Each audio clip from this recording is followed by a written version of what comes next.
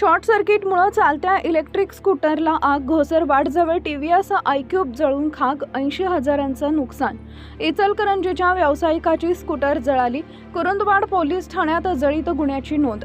Short सर्किटमुळे चालत्या electric स्कूटरला अचानक भीषण आग लागून स्कूटर संपूर्णपणे जळून खाक झाल्याची घटना शिरोळ तालुक्यातील घोसरवाड गावच्या हद्दीत घडली. या दुर्घटनेत सुदैवानं कोणतीही जीवितहानी झाली नसली तरी अंदाजे 80,000 रुपयांचं मोठं आर्थिक नुकसान झाले.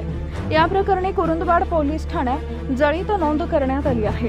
मिळालेल्या माहितीनुसार इचलकरंजी येथील कापड मार्केट परिसरातील रहिवासी आणि थ्रेडिंग व्यावसायिक हेमंत कुमार भवरलाल लोया, वय वर्ष 40, राहणार 4/12, कापड मार्केट इचलकरंजी, तालुका हातकणंगले, हे रविवार 12 रोजी दुपारी आपल्या टीव्हीएस कंपनीच्या आयक्यूब इलेक्ट्रिक स्कूटरनं MH09GB 8530 घोसरवाड ते सदलगा रोडवरून प्रवास करीत होते.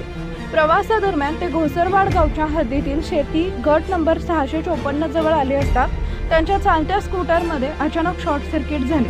काही समजण्याच्या आतच स्कूटरमधून धूर निघून भीषण आग लागली. आग इतकी वेगानं पसरली की पाहता संपूर्ण स्कूटर आगीत जळून खाक झाली. या घटनेनंतर वाहन चालक हेमंत कुमार लोया यांनी तात्काळ कुरुंदवाड पोलीस ठाण्यात याबाबत रविवारी घटनेची रीतसर वर्दी दिली. त्यांच्या तक्रारीवरून कुरुंदवाड पोलिसांनी गुन्हा दाखल केलाय.